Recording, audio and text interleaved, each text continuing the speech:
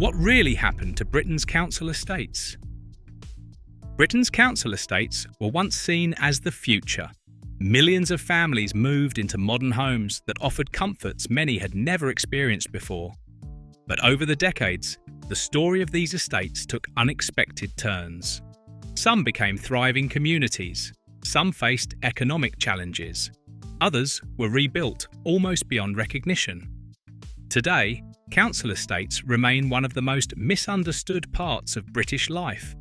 So what really happened? The answer is far more complex than the headlines suggest, and one major change transformed Britain's housing landscape forever. Built to solve a housing crisis.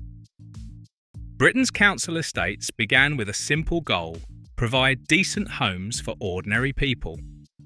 After the First and Second World Wars, many families lived in overcrowded or poor quality housing.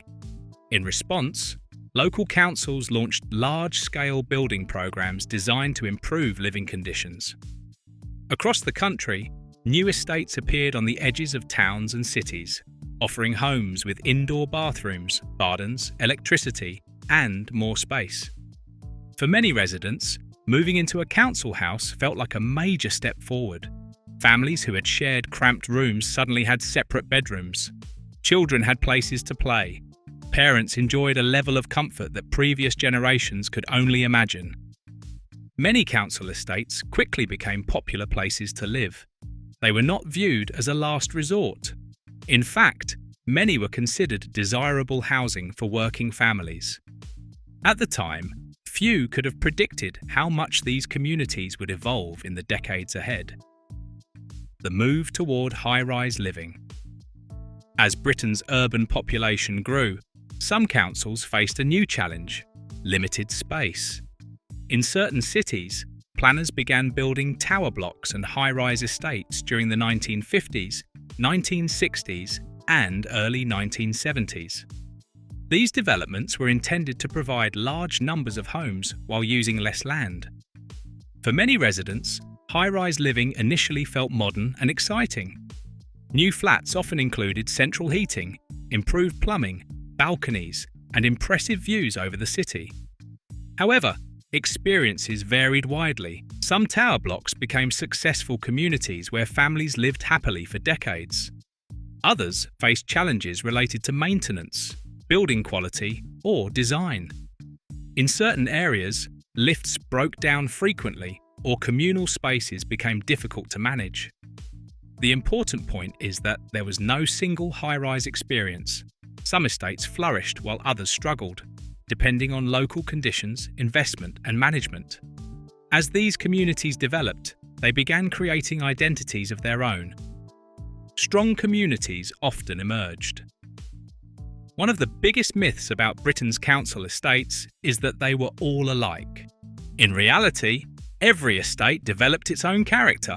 Some became famous for strong community spirit, while others reflected the unique culture of their local area. Many residents remember neighbours looking out for one another. Children often played together outdoors until sunset. Local shops, schools, sports clubs, and community centres became important parts of daily life. Some families stayed on the same estate for generations. Many former residents still speak fondly about growing up on council estates, describing a sense of belonging that they rarely found elsewhere. Community events, local traditions, and lifelong friendships helped create bonds that lasted for decades. Even today, numerous council estates remain stable and popular communities. But while strong neighbourhoods were forming, wider economic changes were beginning to reshape parts of Britain. Economic change affected some estates. During the late 20th century, Britain experienced significant economic changes. Many traditional industries, including mining, shipbuilding, steel production, and manufacturing, declined or transformed. In some regions, large employers closed or reduced their workforce. The impact varied depending on location. Some towns successfully attracted new industries and investment. Others found the transition more difficult. Estates that had originally housed workers from nearby factories sometimes experienced rising unemployment when those industries disappeared. Local businesses could struggle. Younger residents sometimes moved elsewhere in search of opportunities. Public perception of certain areas also changed. However, it is important not to generalise. Many estates adapted successfully and continued to provide stable housing for residents. Others faced challenges that reflected broader economic conditions rather than problems with the estates themselves. The buildings had not necessarily changed. The world around them had. Then came one of the most significant changes in the history of British housing: the right to buy revolution. Few policies have had a greater impact on council housing than right to buy. Introduced in 1980, the policy allowed many eligible council tenants to purchase their homes at discounted prices. Millions of households eventually took advantage of the opportunity. For many families, home ownership represented financial security and a chance to build wealth for future generations. Streets that had once been entirely council-owned gradually became mixed communities containing homeowners, private renters, and social housing tenants. Supporters often viewed right to buy as a way to expand home ownership and give people greater control over their housing. Critics have argued that replacement housing did not always keep pace with the number of homes sold. What is widely agreed upon is that the policy fundamentally changed the housing landscape. When people ask, what really happened to Britain's council estates? This is one of the most important parts of the answer. The ownership structure of many estates changed dramatically, and the effects are still visible today. Yet the transformation was far from over. Regeneration changed the landscape. As some estates aged, councils and housing associations faced difficult decisions. Certain buildings required extensive repairs. Some high-rise blocks no longer met modern expectations. In response, regeneration projects began appearing across various parts of Britain. The scale of change could be remarkable. In some areas, old blocks were renovated and modernised. In others, ageing structures were demolished and replaced with new housing. Roads were redesigned. Public spaces were upgraded. Community facilities were expanded. These projects often sparked mixed reactions. Some residents welcomed investment and improved housing. Others felt emotional about losing familiar buildings and long-established landmarks. The outcome depended heavily on local circumstances. While some regeneration projects received praise, others generated debate about community identity and housing affordability. What is clear is that many estates look very different today than they did a generation ago.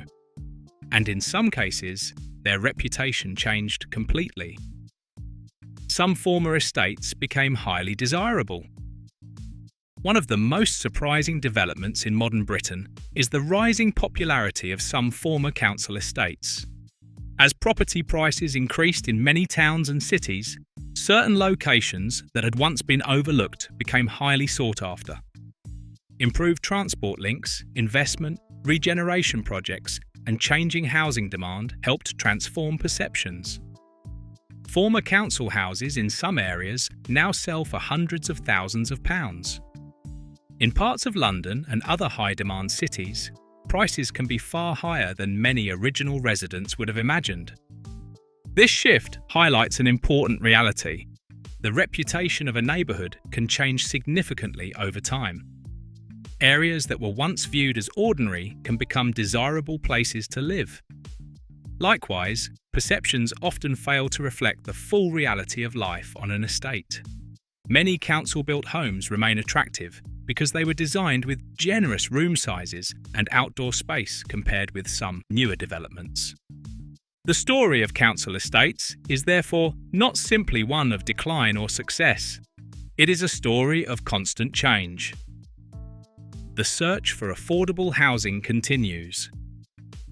Today, Britain continues to face housing challenges. Demand for affordable housing remains high in many regions. Local authorities, Housing associations and developers continue building new homes to help meet that demand. Modern social housing looks very different from many developments built decades ago. New projects often focus on mixed communities, energy efficiency, improved public spaces, and long-term sustainability. Yet the core mission remains familiar, providing quality housing for people who need it. Many estates built during the 20th century continue to serve that purpose. Others have been transformed through redevelopment. Some remain virtually unchanged. Their stories differ from place to place. That is why understanding council estates requires looking beyond stereotypes. Britain's housing history is far more diverse than many people realise, and the future of affordable housing will likely shape communities for generations to come. The story behind what really happened to Britain's council estates is not one of simple decline or success. It is a story of housing, opportunity, community, and change. As Britain continues searching for affordable homes, the legacy of its council estates remains more relevant than ever. Thank you for watching this video.